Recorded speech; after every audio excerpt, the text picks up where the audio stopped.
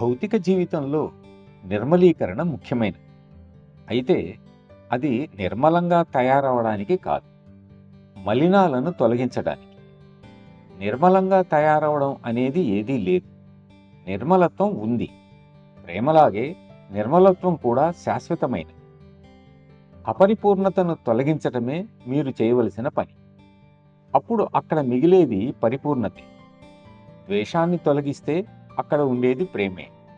మానవ స్వభావాలను తొలగిస్తే ఉండేది దైవత్వమే. ఒక విధంగా సహజ మార్గంలో తొలగిస్తూ ఉండటం తప్ప అంతకు మించి ఇంకేమీ లేదు. దేనిని తొలగించడం? అన్నింటినీ. అంటే మనం సృష్టించుకున్న భౌతికమైన మానసికమైన వాటిని అన్నింటినీ తొలగించుకోవడమే. నీవు సృష్టించుకున్న వాటిని తొలగించు, అప్పుడు అక్కడ ఆయన సృష్టి ఉంటుంది అని అందుకే బాబూజీ చాలా సరళంగా చెప్పారు.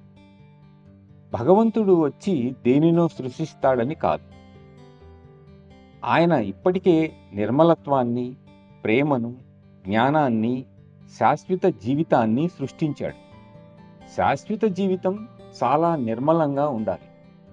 మనం సృష్టించుకున్న దాని మాలిన్యము, దాని అనారోగ్యాలే చివరికి ఈ శారీరక జీవితాన్ని అపరిపూర్ణంగా చేస్తాయి.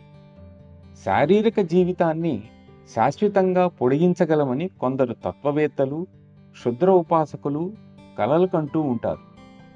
ఎంతైనా అది ఒక కలే. ఎందుకంటే శరీరం ఎప్పుడో ఒకప్పుడు అంతరించిపోవాల్సిందే. భౌతికమైన ప్రతిదీ అంతమవ్వాల్సిందే.